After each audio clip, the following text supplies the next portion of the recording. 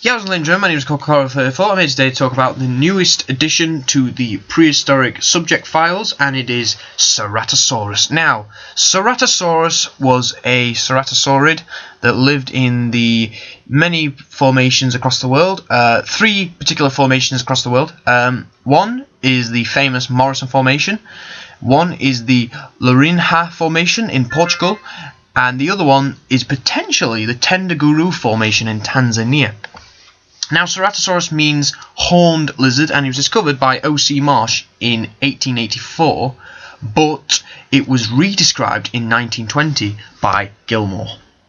The most well-known species, and the first species, is the type species Ceratosaurus nasicornis. Now, Ceratosaurus nasicornis has been found in the Cleveland Lloyd Dinosaur Quarry, which is in central Utah, and the Dry Mesa Quarry in Colorado. A second species discovered in 2000 was named Ceratosaurus magnicornis, and it's known from Fruity in Colorado. And then finally, we've got the third and final species that was also named in 2000 in the same paper and by the same people who named it magnicornis. It is Ceratosaurus dentisulcatus. And dentisulcatus may be the most, geographically wide species of Ceratosaurus because it's been found in Colorado as well as Portugal, possibly. Other species include Ceratosaurus stechaui or ingens or Mariani, but these are so far considered invalid or numen dubium or dubious, pretty much. Now, in Ceratosaurus there are distinguishable features such as the skull is quite proportionally large compared to the rest of the body. The bones that make up the nasal horn are actually fused, and they are fused along the medial oval groove of the nasal horn. Also, it has the characteristic armour and osteoderms. The tail is very flexible due to having a long length, because the actual tail makes up half the animal's total body length, as well as having the high neural spines. Also, the premaxilla actually possesses 3 teeth, so in total, the front of the top jaw would possess 6 teeth. And also, these premaxillary teeth have mesoserrations. The chevrons are actually longer in proportion to the body than other theropod dinosaurs, and also the pubic bone has a large round obtuctoral foramen, pretty much, so it's the bulge at the pubic bone that you see on the animal. Now, currently there are 3 valid species in the genus of Ceratosaurus. There's Ceratosaurus nasicornis. Nasicornis means ornamental horn due to the horn, basically, when they first found the actual genus. Really, it has an unknown weight, because when they assigned a weight to it, they're actually using the specimens of Dentisulcatus and Magnicornis. So currently it has an unknown weight. But it could be, I'd say, anywhere, it could be near the size of Magnicornis, because Magnicornis has a pretty close weight, in my opinion. The length of Nasicornis can be 5.5 to 6.1 meters in length, though it's quite a sizable, medium-sized theropod. The second species named, and was named alongside Dentisulcatus, is Ceratosaurus magnicornis, and magnicornis means large horn.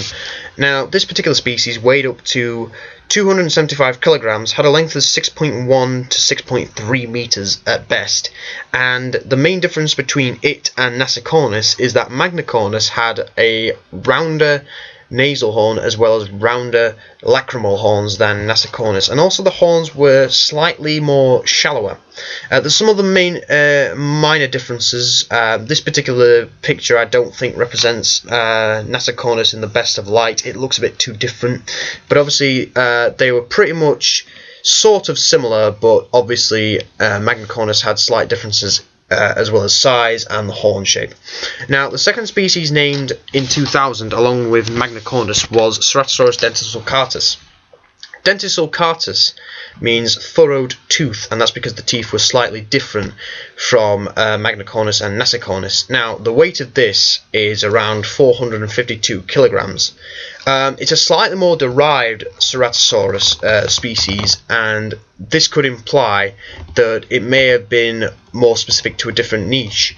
And in fact, they believe that this species was actually a species that enjoyed swimming. They actually reckon it enjoyed swimming, and from the teeth shape, it might have been a more pescivorian kind of Ceratosaurus species. The horn of the animal is actually unknown, because the material found isn't actually well represented, because they haven't found horn material. They've found premaxillar, maxillar, and some other bits and pieces of Denslocartus, but Denslocartus is generally accepted to be the largest of the three species, and actually the most geographically wide ranging species, because there was some material found in 2006 up in Portugal, and this is because at the time America and Portugal actually joined together by land bridges and stuff like that. So it could be that this species is actually very, very geographically wide, or the material found in Portugal could represent a new species or a new genus as a whole.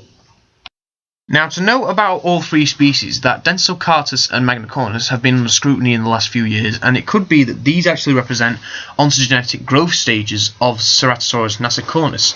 And basically what this means is that Magnacornis could represent a slightly larger, older individual, and then Denslocartus could represent the full size of Nasicornis. And Denslocartus, because it's like 7 meters in length, that could mean that Nasicornis has a true size of 7 meters. But as a whole, I believe this isn't true, because if it is, then why are we finding so many juvenile specimens, if they are, of Nasicornis, when we should really be finding a bit more specimens of the adults? And fair enough, if this is true, then it's true, but in my opinion, I believe that there are three species, and I believe that Denslocartus and Magnacornis are just rarer because they evolved during the end of the late Jurassic period.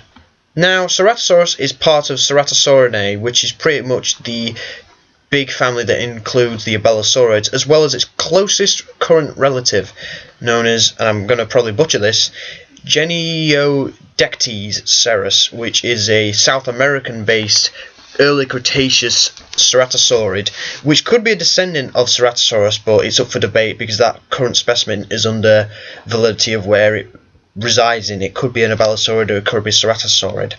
And the reason is they are all closely related is because the skulls are sort of similar, and also they actually share the phylogenetic characteristic of having 4-fingered hands. Ceratosaurus is one of those theropods that is known for having 4 fingers rather than 3.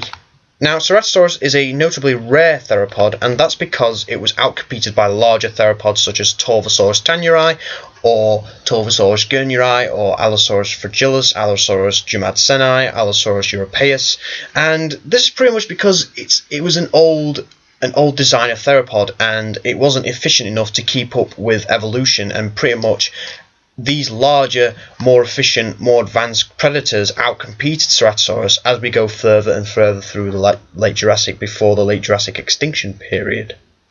Now, the flexible tail of Ceratosaurus actually may have helped it to swim, and even O.C. Marsh noted when he found it that the tail was quite flexible, as well as being quite large proportionally for other theropods.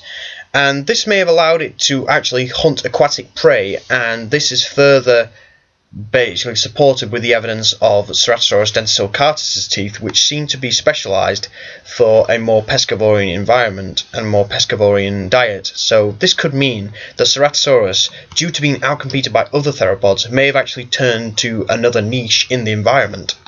Now, due to evidence of large herbivores sustaining Ceratosaurus-like injuries from bite marks, it's possible that the Ceratosaurus actually coexisted, or maybe lived in packs of several individuals, maybe a family unit, or maybe just operated in pairs and looked after the young.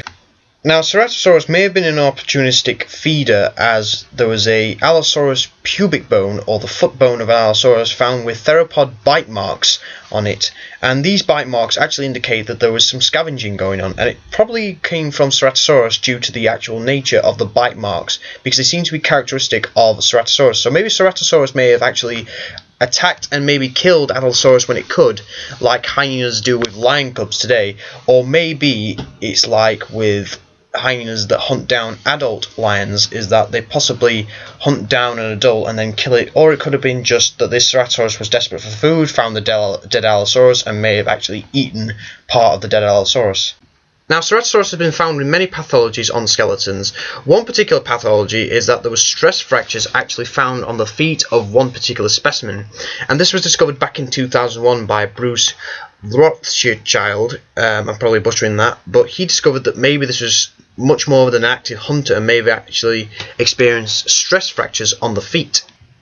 In addition to that, they've actually found that the holotype specimen known as USMN4735 has actually its number 2 and number 4 metatarsals actually fused together from an unknown pathology.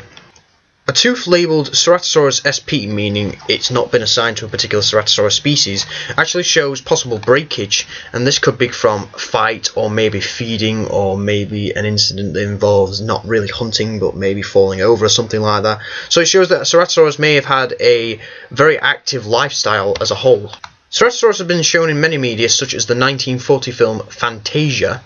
In 1966's 1 million years BC, it was actually shown fighting a Triceratops process from the looks of it. It also made a cameo in 2001's Jurassic Park 3. It's also been seen in When Dinosaurs Roamed America, where it was seen chasing a trio of Dryosaurus and then got taken down later by an Allosaurus. And then its most famous appearance is possibly being involved in Dinosaur Secrets / Jurassic Fight Club, where it's actually been shown in 2 episodes, one known as The Bloodiest Battle Ever, and then the other one known as Hunter Hunted. So there you have it, there is Ceratosaurus. Hope you enjoyed this, and I hope that you'll be here for next time. Next time I will not be doing a dinosaur, I'll be doing something completely different. So hope you enjoyed, thanks for watching, and I shall see you later. Bye bye.